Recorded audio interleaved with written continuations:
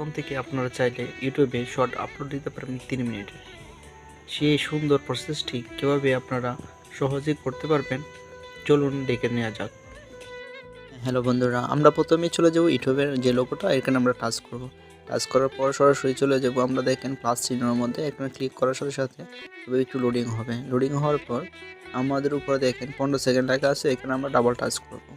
Double touch করার সাথে সাথে দেখবেন 3 মিনিট শর্ট দেখাবে। তখন আমরা সরাসরি চলে যাব গ্যালারিতে। গ্যালারি থেকে আমরা যে ভিডিওটা আপলোড দেব সেখানে আমরা ক্লিক করব। একটু লোডিং নেবে, তারপরে দেখেন যে ডান লেখা আছে, এখানে আমরা ডানে ক্লিক করব। একটু প্রসেসিং হবে ভিডিওটা প্রসেস হওয়ার জন্য। দেখেন প্রসেস হয়ে গেছে এবং আমরা নেক্সট বাটনে ক্লিক করব।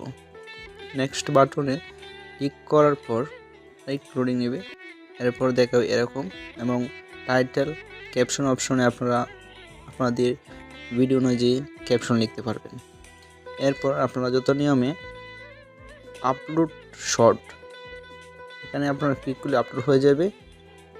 তাছাড়া আনলিস্টেড আমাদের দেখা আছে, এখানে আপনারা আনলিস্টেড দিতে পারবেন, পাবলিক দিতে পারবেন, প্রাইভেট দিতে পারবেন, আপনার ইচ্ছে অনুযায়ী তারপর আপনার আপলোড